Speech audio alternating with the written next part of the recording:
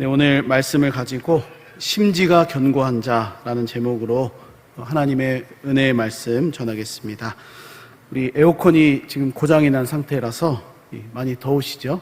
네, 지금 에어컨이 가동이 됐으면 좀 시원한 상태에서 예배할 수 있었을 텐데 약간 이 문제가 있어서 조금 불편하시더라도 이해해 주시고 최대한 이렇게 정한 시간에 마치도록 하겠습니다. 덥지 않도록. 제가 이제 월요일이 되면 이제 하루 쉬는 시간을 이제 받아서 이제 주일에 선포된 말씀들을 듣습니다. 그러니까 이제 지난 주일에 이제 어제니까요. 어제 이제 이 월요일이 되면 그 전날에 이제 선포된 이 선배 목사님들의 이제 설교를 이제 제가 이렇게 한 편씩 듣는데, 지난 주일에 이 8월 25일 날 우리 분당 우리 교회 담임하시는 이찬수 목사님의 이제 설교를 제가 듣는데, 이 설교를 시작하시면서 이 책을 이제 소개하시더라고요.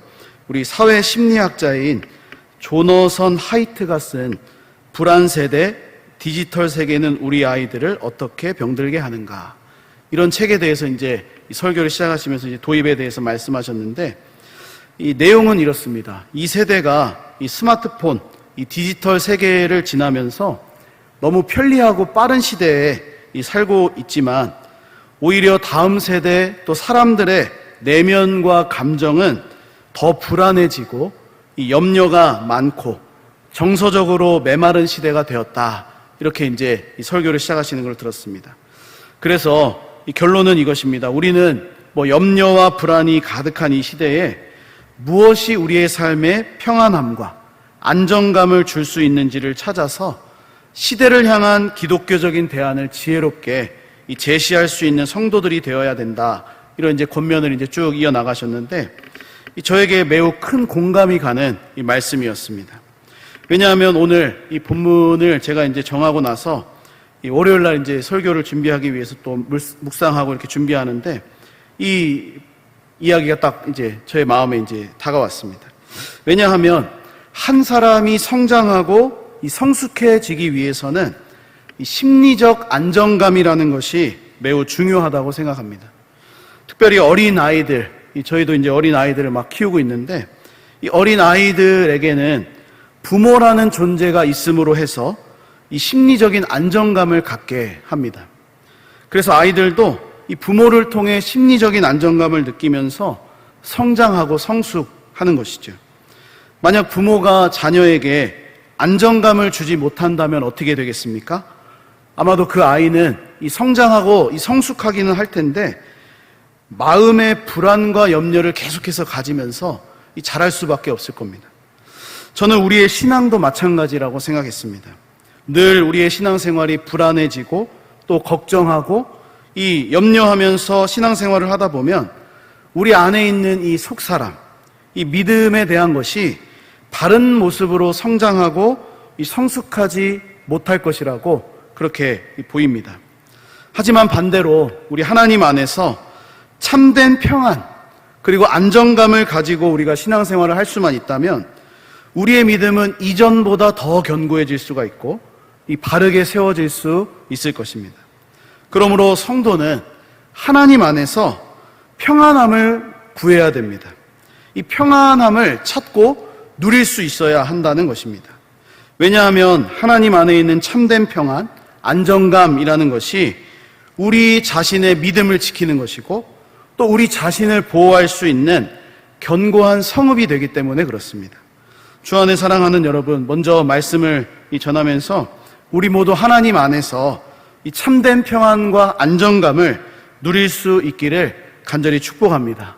이것이 굉장히 중요한 것인데, 오늘 본문은 우리에게 어떻게 하면 이 하나님 안에서 안정감을 느낄 수 있고 이 평강을 누릴 수 있고 또 참된 평안을 누릴 수 있는지를 소개해 주고 있습니다. 우리가 가져야 하는 믿음의 태도가 무엇인지를 가르쳐 주고 있다는 겁니다. 저는 오늘 말씀을 통해 한 3가지 정도로 간단하게 이 말씀을 좀 은혜를 생각해 보도록 하겠습니다. 첫째로 하나님의 구원을 노래하는 것입니다. 너무 쉬운 말씀이기도 한데, 오늘 이사야 26장 말씀은 하나님이 베풀어 주실 구원에 대해서 노래하라고 권면하는 말씀입니다. 특별히 1절 말씀을 한번 보시면 그날에 유다 땅에서 이 노래를 부르리라. 지금 노래를 부르라고 권면하고 있습니다. 우리에게 견고한 성읍이 있으며 여호와께서 구원을 성벽과 외벽으로 삼으시리로다. 하나님의 구원이 우리를 지키시는 성벽, 외벽으로 이 역할을 하게 될 것이다. 그러니까 노래하라, 이렇게 지금 이 권면을 해주고 있습니다. 여기서 그날에라고 하지 않습니까? 이 그날에 유다 땅에서라는 표현이 있는데, 이 그날에라는 표현은 바로 하나님께서 역사적으로 이스라엘을 회복시킬 때를 말합니다. 그러니까 우리식으로 한번 표현해 보자면 예수 그리스도께서 이 땅에 오셔서 우리를 구원하신 때를 의미하는 말이죠. 그러므로 하나님의 백성들은 이 하나님께서 이루어 주신 구원의 노래를 우리가 불러야 합니다. 왜냐하면 구원에 대한 감사와 감격이 노래와 찬양이라는 것을 통해서 표현되기 때문에 그렇습니다. 무엇보다 우리의 구원이 확실하다라는 것을 우리가 노래한다면 아마도 우리의 마음속에는 나도 모르는 사이에 이 심리적인 안정감을 느끼게 되어 있습니다. 물론 어떤 분들은 말씀을 듣는 것, 또 기도하는 이 시간을 통해서도 마음에 어떤 하나님이 주시는 평강, 또 안정, 이런 것들을 가지실 수 있겠지만 기본적으로 우리가 한번 생각해 볼 때 노래와 찬양이 가지고 있는 힘은 사람의 감정을 평안하고 안정감이 있게 만들어 줍니다. 그래서 하나님의 구원을 경험한 백성들이 날마다 노래하고 하나님을 찬양해야 되는 것입니다. 우리가 구원에 대해서 찬양하면 어떻게 됩니까? 우리가 혹 우리의 현실이 불안하고 염려가 많고 안정감이 없더라도 그 안정감을 회복할 수 있는 힘을 얻게 된다라는 말씀입니다.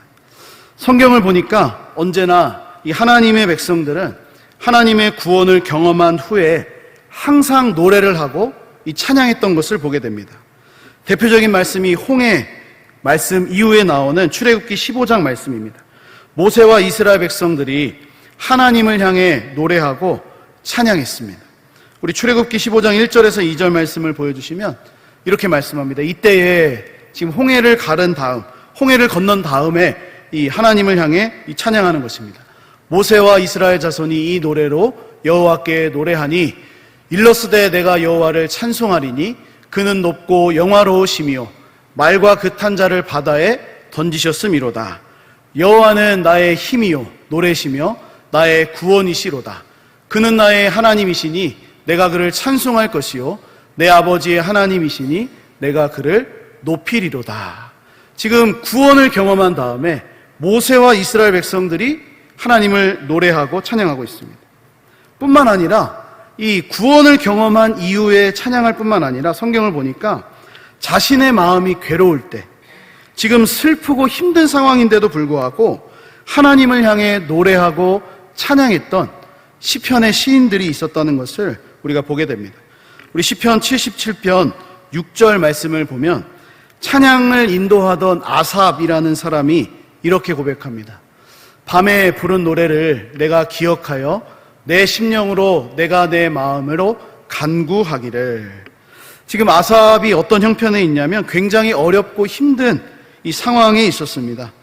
그래서 시편 77편의 전체적인 분위기는 아삽의 심령이 상했습니다. 괴롭습니다. 굉장히 슬픕니다. 우리 시편 읽은 것처럼 밤에 노래를 불러야만 겨우겨우 견딜 수 있는 그런 상황에 있었습니다. 그래서 지금 그가 고백하기를 내가 밤에 부른 노래를 기억합니다. 내 심령으로 내 마음으로 하나님 앞에 간구합니다. 이렇게 지금 고백하고 있는 겁니다. 주 안에 사랑하는 여러분, 우리도 마찬가지입니다. 우리의 삶에 하나님이 베풀어 주신 구원의 은혜가 있다면 우리는 날마다 이것을 노래해야 합니다. 뿐만 아니라 우리가 지금 어렵고 힘들고 마음이 괴롭고 슬프더라도 하나님을 찬양할 수 있어야 됩니다. 우리의 삶에 이 하나님의 구원을 경험했기 때문에도 감사하며 노래하고 찬양하는 것도 필요하지만 이 마음이 불안하고 힘들고 안정감이 없을 그때에도 내가 예수 그리스도 안에서 받은 그 구원, 또 하나님이 나에게 베풀어 주실 그 구원을 우리가 기대하면서 감사하며 노래할 수 있어야 한다는 겁니다. 그렇게만 한다면, 우리의 신앙이 그렇게만 될 수 있다면 오늘 본문 2절에 나오는 말씀처럼 하나님께서 어떻게 하시냐? 바로 구원의 문을 활짝 열어주셔서 신의를 지키는 나라인 하나님의 백성들을 들어오게 하실 것이다. 다시 말하면 이 구원을 더 베풀어 주실 것이다 라고 이 말씀을 하고 있는 겁니다. 2절 말씀을 보면 이렇습니다. 너희는 문들을 열고 신의를 지키는 의로운 나라가 들어오게 할지어다. 구원을 노래하는 자들을 하나님께서 활짝 문을 열어주시고 들어오게 하신다. 이렇게 말씀을 해주고 있습니다. 두 번째로 우리가 마음의 안정감을 느끼기 위해서는 오늘 본문의 이 핵심적인 말씀이기도 합니다. 심지를 견고하게 하는 것입니다. 오늘 본문 3절 말씀입니다. 이 말씀은 한번 같이 읽어보겠습니다. 시작. 주께서 심지가 견고한 자를 평강하고 평강하도록 지키시리니 이는 그가 주를 신뢰함이니이다. 아멘. 오늘 주목하고자 하는 말씀이 3절인데 이 심지라는 말은 양초에 있는 심지를 뜻하는 말이 아니라 사실은 여러 가지 의미를 가지고 있습니다. 그런데 대표적으로 마음의 생각, 마음에 있는 깊이 품은 뜻이다라는 의미를 가지고 있습니다. 그래서 이 구약 히브리어 말로 예체르라는 단어를 사용하고 있는데 이 단어가 가장 먼저 사용된 성경 말씀이 창세기 6장 5절에 나와 있습니다. 6장 5절 말씀을 보면 하나님께서 사람의 생각, 이 마음을 보셨다 이렇게 나오는데 여호와께서 사람의 죄악이 세상에 가득함과 그의 마음으로 생각하는, 바로 이 생각이 예체르라는 단어를 사용하고 있습니다. 그러면서 모든 계획이 항상 악할 뿐임을 보셨다 이렇게 말씀합니다. 노아 시대에 지금 사람들의 마음, 이 사람들의 생각을 하나님이 보셨는데 그 마음이 바로 심지였다라는 것이죠. 어떤 마음입니까? 바로 이 악할 뿐이다 라는 이 마음을 보신 것이지요. 심지가 이 무엇인지를 우리 앞뒤에서 이제 설명해 주고 있죠. 마음으로 생각하는 것, 마음으로 계획하는 것. 우리의 마음이 어떤지, 우리의 생각이 어떤지를 의미한다는 것입니다. 우리 한 구절만 더 보면 신명기 31장 21절에서도 이 심지라는 말이 나옵니다. 하나님께서 이스라엘 백성들의 생각하는 바를 아셨다. 이렇게 이제 말할 때 이 예체르라는 단어를 씁니다. 나는 내가 맹세한 땅으로 그들을 인도하여 드리기 전 오늘 나는 그들이 생각하는 바를 아노라. 그들의 마음이 무엇인지, 그들이 도대체 어떤 생각을 가지고 있는지, 마음속 깊이 품은 뜻이 무엇인지를 하나님이 보셨습니다. 그래서 이 하나님께서는 이스라엘의 이 생각하는 심지를 아시고 모세에게 이어서 말씀하시는데 이 신명기 31장 22절 말씀에 보니까 노래를 지어서 자손들에게 부르게 하라. 지금 너희들이 약속의 땅 가나안에 들어가게 되었을 때 너희들의 마음이 교만해지고 하나님을 떠나고 하나님을 모른다고 할 수 있다. 내가 그 마음을, 그 생각을 안다. 그러니까 노래를 지어서 부르게 해라. 그렇게 하지 못하도록 지금 증거로 삼으라는 것입니다. 결국 이 노래가 나중에 증거와 증인의 역할을 하게 될 것이다. 이런 말씀을 이 신명기 말씀에서 하나님이 하셨습니다. 그러므로 사랑하는 여러분, 하나님은 어떤 분이십니까? 사람들이 마음으로 무엇을 계획하고 있는지, 우리가 이 자리에 나와서 하나님 앞에 있는데 어떤 뜻을 품고 있는지를 정확하게 보시고 아시는 분이시다라는 겁니다. 그래서 우리는 하나님을 향한 이 우리 마음의 심지를 견고하게 해야 합니다. 우리 이스라엘 백성들처럼 노아 시대의 사람들처럼 그렇게 이 왔다 갔다 막 갈팡질팡 이렇게도 했다가 저렇게도 했다가 하는 것이 아니라 하나님을 향한 우리 마음의 심지를 더욱 견고하게 해야 하는 것입니다. 왜 그렇습니까? 하나님은 우리의 외모를 보지 않으시고 심지를 보시는 분이시기 때문에 그렇습니다. 우리가 하나님을 향해 우리의 마음의 심지를 견고하게만 한다면 우리 3절에 약속을 해주고 계십니다. 완전한 평강이 기다리고 있다.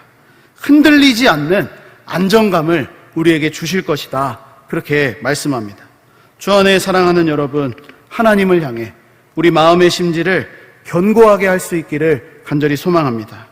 그래서 하나님이 주시는 완전한 평강, 이 두 번이나 강조하고 있습니다. 주께서 심지가 견고한 자를 평강하고 평강하도록, 완전한 평강을 이야기하는 것입니다. 완전한 그 평강을 누리며 살아가는 우리 모두가 될 수 있기를 간절히 축복합니다. 마지막 세 번째로 오늘 말씀을 보니까 영원한 반석을 신뢰하라, 이렇게 말씀하고 있습니다. 오늘 4절 말씀, 이 말씀도 한번 같이 한번 봉독하겠습니다. 시작. 너희는 여호와를 영원히 신뢰하라. 주 여호와는 영원한 반석이심이로다. 아멘.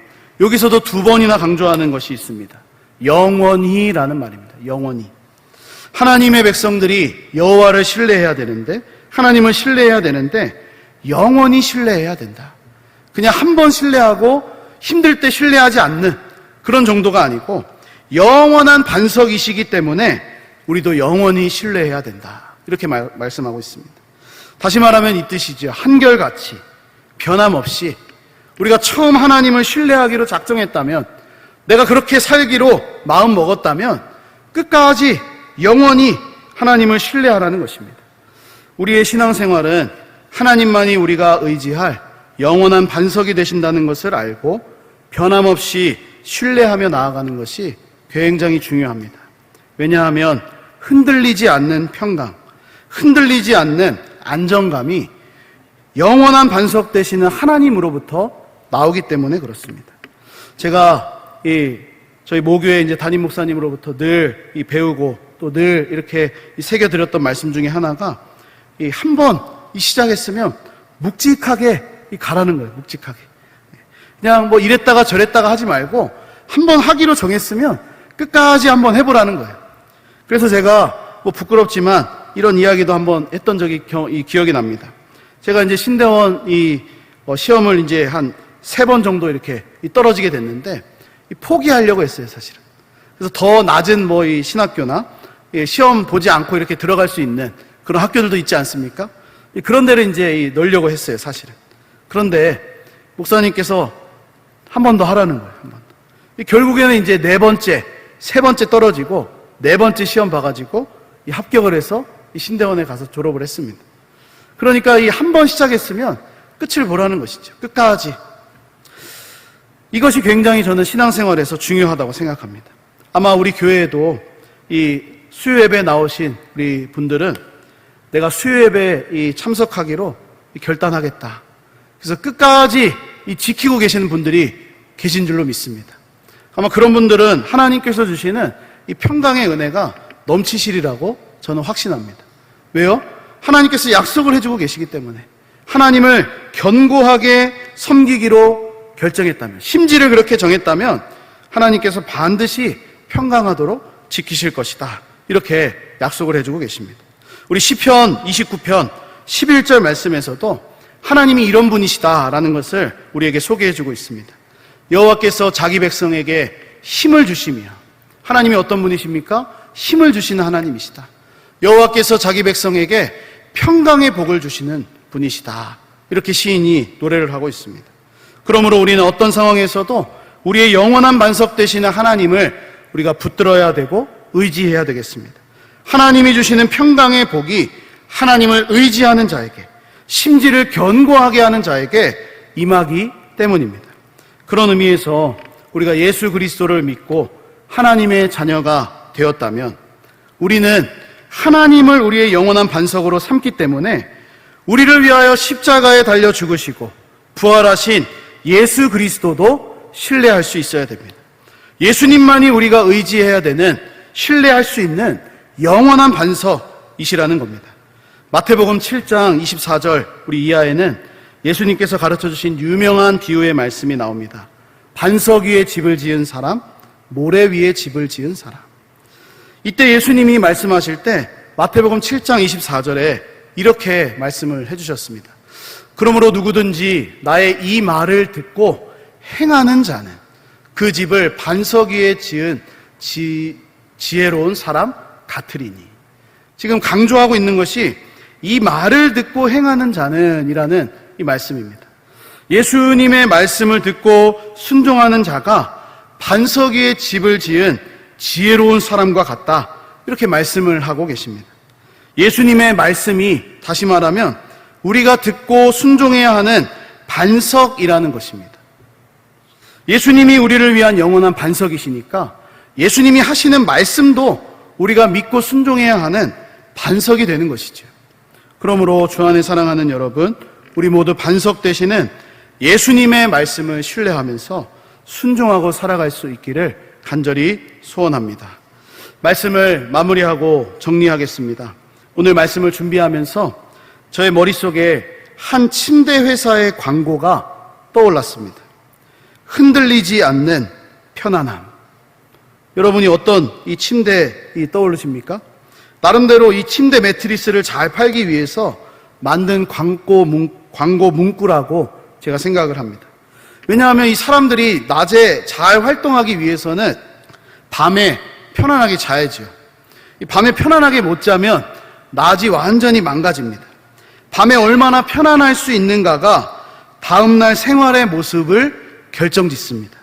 마찬가지로 우리의 신앙생활도 하나님 안에서 얼마나 내가 안정감을 가지고 누리고 있는가, 내가 얼마나 예배생활, 기도생활, 이 신앙생활에 하나님이 주시는 평강으로 가득 채워져 있는가가 우리의 신앙생활의 방향을 결정할 수 있는 모습의 큰 차이라고 할 수가 있습니다.